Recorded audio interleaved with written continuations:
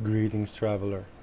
Today I want to talk about the two types of game designers that I have worked with in my experience and what I found to be their particular traits.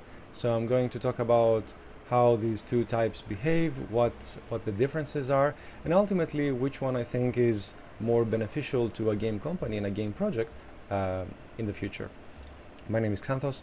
I've been working in the games industry for over 14 years now. And I remember as a very junior game designer, I would go to this 50-year-old, very veteran game designer who specialized in game balance. And I would ask questions like, why is the power of that character so high? Or why did you choose that speed score for that player? Or why is the defense of the team the number that you set? And his answers would always be like, well, this is how much you have to make it. And I'd say, well, why does this player need so much power? Well, because that's how you have to do it. And I said, well, why don't you make it this other number instead? It's like, no, that would be impossible. Long story short, I would always get answers like that. And I thought, well, maybe it's the style of that person. He just, that's how he organizes it in his mind, which is completely fine, of course. But I found that when I asked other senior people, other senior game designers in other companies and other projects over my career, I got extremely similar answers. So why are we going with this type of feature in the game? Oh, because it's fun. Okay, but what makes it fun exactly? How do we know that this feature fits in the game while some other feature wouldn't fit in the game? Because it's obvious. Anyway, I don't want to bang on this for too long. I never got an answer about how one decision is made, how any number in game design is decided, how any filter can exist, any way of checking if something is suited for use in game design or not. And I always thought that's very strange. Not only because I was trying to learn these things myself from my senior professional colleagues, but also because it doesn't exist really in other fields. So if a programmer, comes up with the code for something, then that code can be evaluated by a senior programmer, I suppose.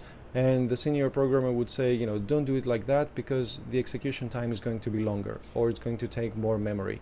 And those are verifiable claims, right? You could run this through a profiler and see exactly how much slower or faster it's going to be. In game design, we never had that.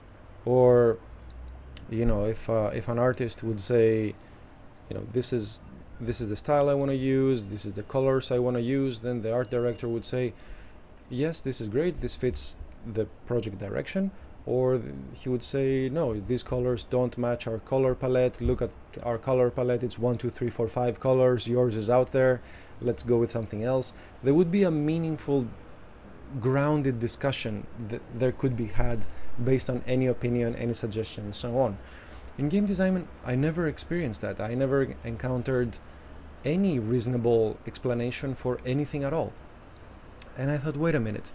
I think I know a similar example in this situation. Thinking back to Dungeons and Dragons, both the wizard and the sorcerer can cast basically the same type of magic. While the sorcerer just simply does it, the wizard has to go through the steps. The wizard knows that there needs to be this preparation and this incantation, and then these material components need to be used and these gestures need to be made, and then you end up with the same spell. The sorcerer just does it. So if you ask the sorcerer, how did you cast that fireball, he would say, I don't know, I just cast it. While the wizard would be able to tell you exactly the steps, the preparation, the incantations, what material components, this is good, this is bad, and so on. And the way this traces back to game design is I've seen only sorcerers in game design. I have never seen any wizard in game design in that sense. So to bring it back to the real world, I've never seen an academic approach being taken to the decisions we make in game design, and I've seen nothing but this type of, oh, this is obviously correct. Yeah, but why did you make that decision? Oh, because it's the correct one. I've seen way too much of that, and this has been my motivation for trying to come up with a framework for doing these things, for making these decisions in game design, and hopefully this approach leads to a discussion and to a verification of any suggestion, any number, and so on, rather than one person saying this is wrong or this is not wrong. So why is this important? Well, if we stick with the D&D example, yes, both classes can cast magic, so what's the problem?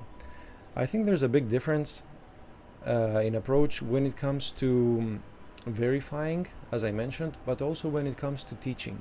So if a person says, well, this is why you do it because it's right, that person cannot teach that method to anybody else. The only way to learn that method is to be exposed to it for months and years and project after project, until through osmosis you absorb the knowledge and the how-to of how to make levels, game balance, new features, and so on.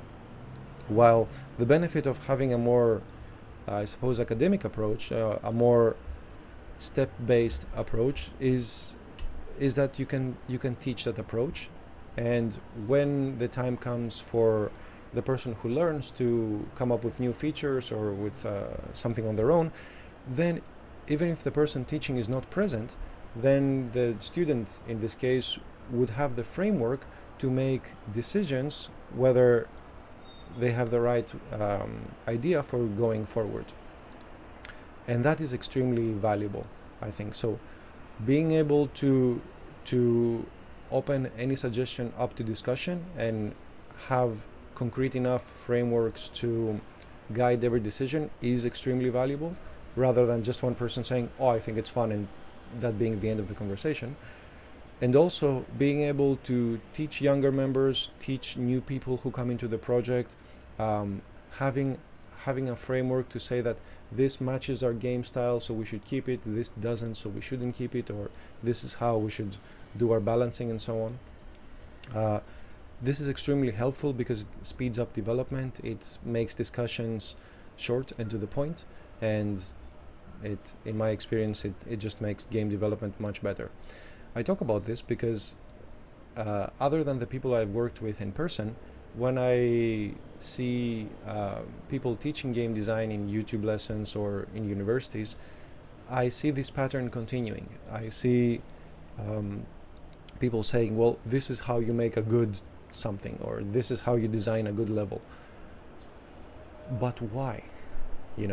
What makes it good? What would bad look like? What's an incorrect decision in this framework? And this type of situation always reminds me of other industries, because, for example, if you go to cooking school and you have to learn how to make an omelette, you can make the omelette, and if it doesn't turn out fluffy enough or seasoned enough, then the teacher can tell you, you cooked it too long, you used too many eggs, or you used too little salt, or you should use more pepper. There is concrete feedback that you can get, and there is a how-to. And yes, of course, you don't know what kind of eggs you'll get every day, and the salt might taste saltier sometimes than others. But no matter what the result, you can have steps to rely upon, you can have a framework to think about this, and feedback exists. Feedback is more than just a word. It's more than it's good or it's bad. There's the language to think about this thing that we're making, and we have the vocabulary to describe all the subsections of it, and to say, okay, from the 5 things that are necessary for this thing, 4 were good and 1 was bad. The reason why it was bad was so. Let's work on fixing it. And that kind of feedback can really guide you towards a better game, and it demystifies the process, it makes it approachable, it makes it so that even people who are not game designers can pitch in and say, okay, so if this is what you're going for, perhaps you should consider this. And of course, all the people working on a game have experience with with playing games, not just the game designers. So it would be a shame to bar out the opinion of all these wonderful, passionate people from our project. Anyway, that's it for today. I hope this gives you an idea of what a more helpful framework would be. And if you're interested in such a framework, then I'll leave a video where I talk about this at the end and in the description. Anyway, that's it for today. Thank you so much for watching, and as always, have fun.